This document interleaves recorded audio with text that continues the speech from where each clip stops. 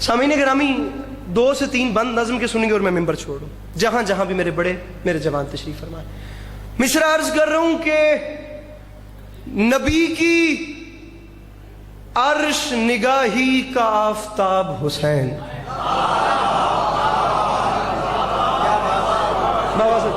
میرے بھائی ذرا سے ہاتھ کھول دیں، آپ بھی اپنے ہاتھ کھول دیں، جڑے فرنٹ سے بیٹھے صرف مسکرا کے دیکھو تو نوکری ہو گئی، صرف مسکرا کے دیکھنا نہیں۔ نبی با خدا دربار کی مجلس ہے، حاضری ہے، ہر کوئی کچھ نہ کچھ لینے کے لیے آیا ہوا ہے، کوئی ٹارگٹ نہیں ہے کہ بڑی دعوت لینی ہے۔ میں چاہتا ہوں آپ کی اور میری دونوں کی روح عبادت کرے، اور یا علی جابر شاہ جی میرے بھائی آپ صرف مسکرائیے۔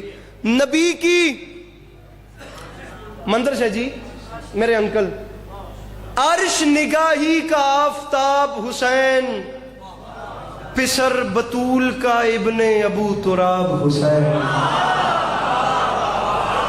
دو مشکل بات کے خریدار بیٹھے ہیں، بات جناب شروع ہو گئی ہے۔ نبی کی عرش نگاہی کا آفتاب حسین، میرے محترم پسر بطول کا ابن ابو تراب۔ نہایت دقیق کہاں گئے ہیں ملک سجاد صاحب، آپ خود وکیل ہیں، نہایت ہارڈ زبان ہے، اللہ کرے میں سمجھا سکوں۔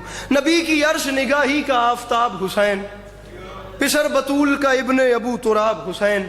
تو معافی مانگ کے کہہ رہا ہوں، خزاں کی زد پہ مہکتا ہوا گلاب حسین، مصرع جمود ذہن پہ تحریک انقلاب حسین۔